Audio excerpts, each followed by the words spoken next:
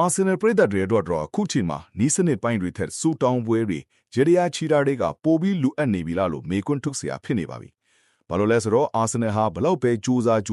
ဖလားနဲ့အမြဲတမ်းလွဲချိုနေရတာကြောင့်နောက်တစ်သက်ဖလားပြန်ရဖို့ဆိုတာမဖြစ်နိုင်တော့တဲ့အခြေအနေမျိုးကိုဆက်ရောက်နေလို့ပါပဲ။ဒါဟာအာဆင်နယ်လို့တကယ်ပဲကျင်းစာမိနေတာလားဒါမှမဟုတ်အဆုံးအဖြတ်ပိုင်းမှာသူတို့ကိုယ်တိုင်ပဲအသုံးမကျတာလားဆိုတာဝေခွဲရခက်လာပါတယ်။ဒါပေမဲ့တေးကြတာတစ်ခုကတော့ Man City ဆိုတဲ့အသင်းကြီးကအခုလိုခြေစွမ်းမျိုးနဲ့ရှိနေသေးတယ်။ Arsenal လို့အတွက် Champion ဆုဆိုတာအလံဝီးနေအောင်ပါပဲ။အခုဆိုရင်တကဘာလုံးကဂန်နာဖန်ဒီအနေနဲ့သူတို့ယုံကြည်ရာဖျားသခင်တွေထံမှာအသင်းအတွက်အသေးအံဆုတောင်းပေးဖို့ကလွယ်လို့တခြားနီးလန်းမရှိတော့ပါဘူး။နီတာအာတီတာအနေနဲ့လည်းကွင်းထက်မှာကစားသမားတွေကိုပြင်းပြင်းထန်ထန်လေ့ကျင့်ပေးနေတာထက်ဆုတောင်းခြင်းရဲ့အင်အားကိုပဲအားကိုးပြီးဖလားရဖို့စူးစမ်းတင်ပါတော့တယ်။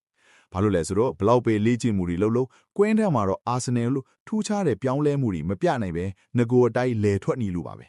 ကျေးဇူးတင်ပါတယ်